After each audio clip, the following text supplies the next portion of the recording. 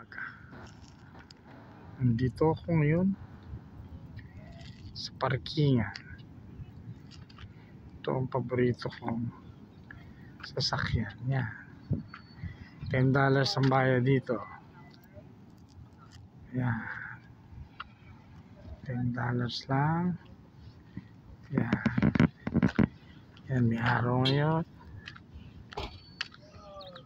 Yan. Ito ka magbabayad ng $10. Yan. Ito may nagko-horseback riding pa.